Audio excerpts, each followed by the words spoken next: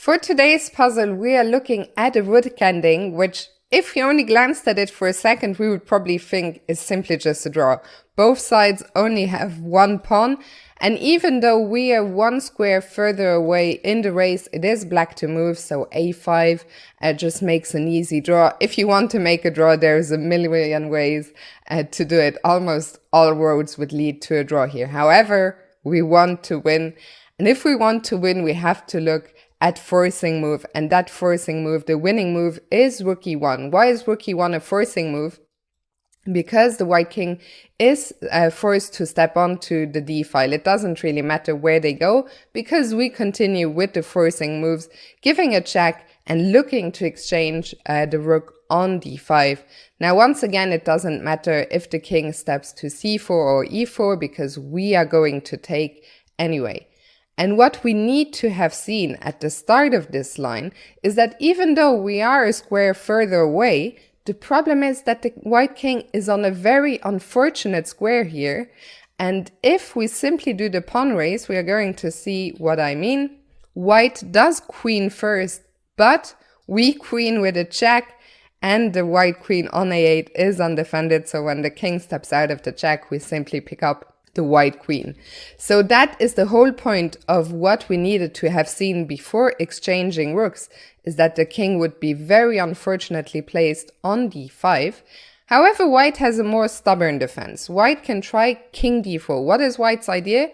White wants to run back towards our pawn. However, this also comes with a problem, because now suddenly we are ahead in the race here after h4.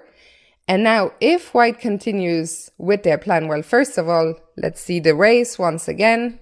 Now, this time the race is clearer. We simply gain the tempo by the king moving with queen first. We cover the square on a8, so this is a simple win for black. So white continues with their plan of bringing the king back, and this is the final important moment of this puzzle. We cannot continue running here, because after h3, suddenly we're even losing, because after king f1, the king will come back to stop the pawn, and we are too far removed from this a-pawn queening. So suddenly here, white is the one winning. So this is the key moment. There is only one winning move here, and that move is king g3, shouldering the white king, stopping it from getting any closer to our pawn. Here, if the king tries to go to e2, the white king is already too late, because after h2, our pieces do a great job from stopping the white king from getting any further. We will get a queen on the next move. So here, after king g3, white has nothing better than to run with the pawn. But now the race is simply winning for us. We get a queen first. If white gets a queen, we take it.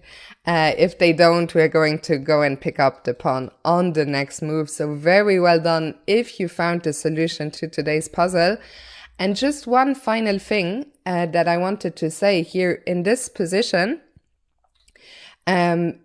When white plays king d4 to bring the king closer, it's very important that we play h4 first, because if we immediately try to shield our pawn, now the race is simply losing. Here, as you can see, we will end up on this diagonal, and if we go to g3, for example, then still the problem is that the race is losing for us, and the white queen will cover that square on h8. So very important that when white plays king d4, we start by pushing h4, and only after king e3 we take a tempo to keep the white queen far away and unable to get to our pawn. So rook e1 was the key, forcing a trade of rooks, and we needed to have spotted that the king was on this unfortunate diagonal here.